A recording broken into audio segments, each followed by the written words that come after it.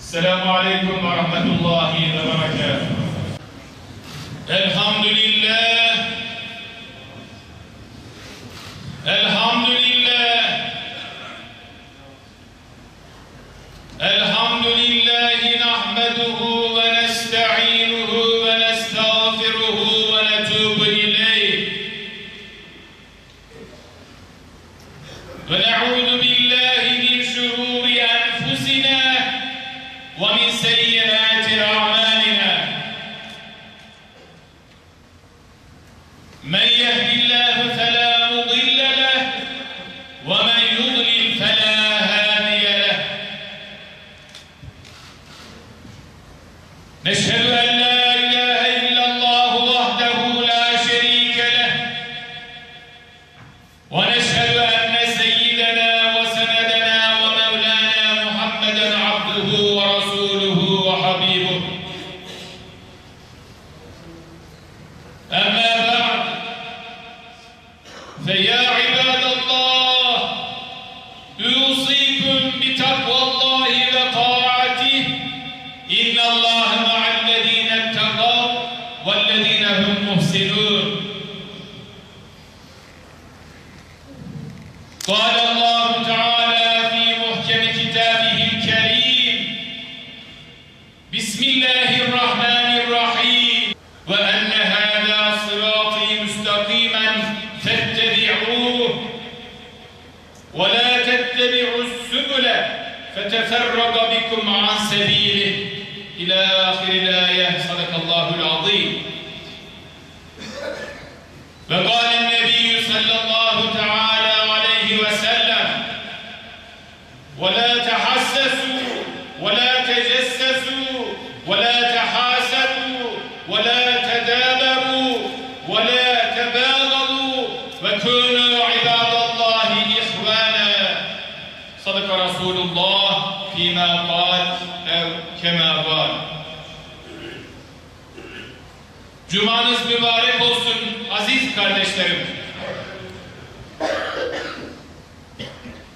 Allah'ın yarattığı aylar, günler ve geceler arasında çok kıymetli kazanç mevsimleri vardır. Halen içinde bulunduğumuz Muharrem ayı müminlerce ganimetle fırsat bilinmesi gereken kıymetli bir zaman dilimidir. Hicri yılın ilk ayı olan Muharrem, ilahi feyiz ve bereketin, huzur ve güvenin başlangıcıdır.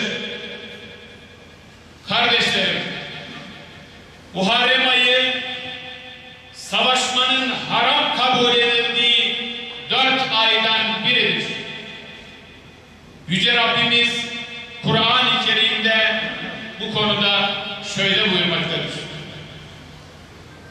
Doğrusu Allah'a göre ayların sayısı Allah'ın gökleri ve yeri yarattığı günkü yazısına uygun olarak 12'dir.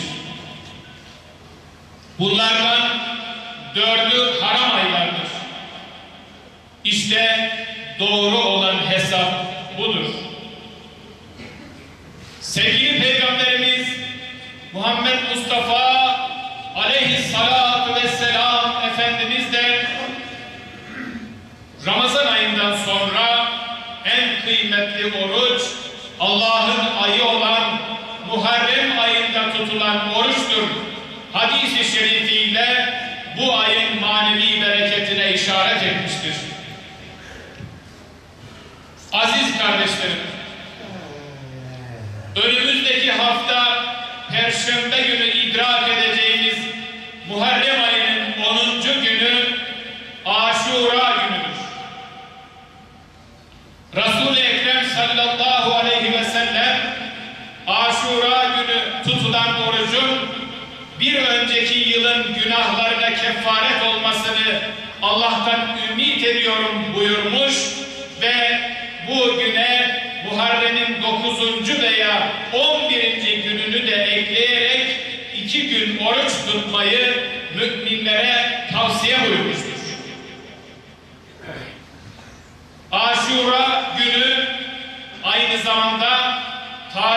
kalbimizde ve hafızalarımızda derin bir hüzün ile yer etmiştir.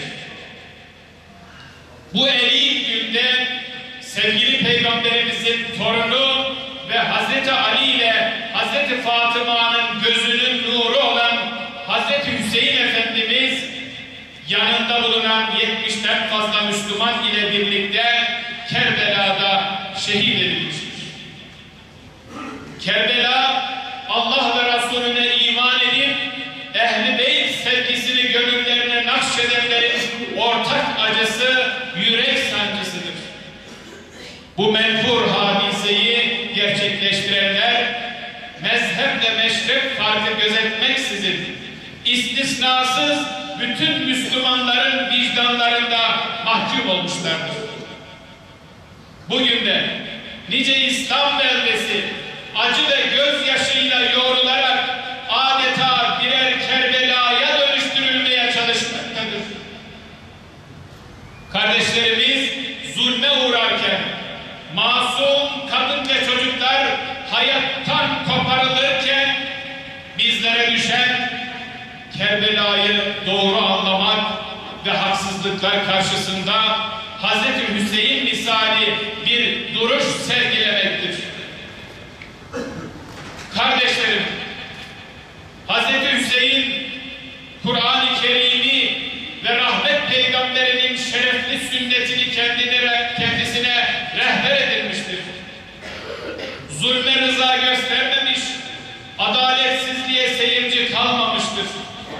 Kendisine yapılan telkinlere itibar etmeyerek hakkın ve hakikatin, huzur ve barışın yeryüzüne hakim olması için yola çıkmıştır. Böylelikle kıyamete kadar bütün insanlığa onurlu bir mücadelenin eşsiz örneğini sunmuştur. Kur'an-ı Kerim'de Cenab-ı Hak şüphesiz bu benim dosdoğru yolumdur. Buna uyun. Başka yollara sapmayın. Sonra onlar sizi Allah'ın yolundan ayırır buyurmaktadır. Allah Resulü aleyhissalatu vesselam Efendimiz de bizlere şöyle nasihatte bulunmaktadır. Birbirinizin eksiğini bulmaya çalışmayın. Birbirinizin özel ve mahrem hayatını araştırmayın. Birbirinize haset etmeyin. Birbirinize sırtınızı dönmeyin. Birbirinize kin ve nefret beslemeyin. Ey Allah'ın kulları, kardeşler olun. O halde kardeşlerim, geliniz ırk, dil, mezhep ve meşrep farklılıklarının arkasına sığınarak kardeşliğimizi hedef alanlara, coğrafyamızda yeni Kerbelalar yaşanmasını arzulayanlara karşı hep birlikte uyanık olalım. Hazreti Hüseyin Efendimiz gibi iyilerin ve iyiliklerin yanında, kötülerin ve kötülüklerin karşısında olalım. Hakkı ve hakikati ayakta tutalım. İslam'ın aydınlığında buluşan gönüllerimizle birliğe, dirliğe, tevhide ve vahdete koşalım. Başta Hazreti Hüseyin ve Kerbela'da şehit olan Ehl-i Beyt olmak üzere mukaddesatımız uğruna can veren bütün şehitlerimize selam olsun. Makamları âli, mekanları cennet olsun. Kardeşlerim, önümüzdeki pazartesi günü bütün mektepler, okullar açılıyor. Yeni bir eğitim öğretim yılı başlıyor. Yeni eğitim öğretim yılının geleceğimizin umudu olan öğrencilerimize, onları yarınlara hazırlayan öğretmenlerimize hayırlar getirmesini Yüce Rabbimden niyaz ediyorum. Cenab-ı Hak çocuklarımıza, gençlerimize, tüm talebelerimize zihin açıklığı, öğretmenlerimize, muallimlerimize başarılar ihsan eylesin. Ela inne ahsenel kelam ve eblegan nizam kelamullahil melikil azizil allem kema gâlallahu tebâreke ve teâlâ fil kelam ve izâ kuri'el Kur'ânu festemi'û leh ve ansitû leallekum turhamûn. Bismillahirrahmanirrahim. İnned dîne indallâhil islam. Sadakallâhul azîm. Elhamdülillah.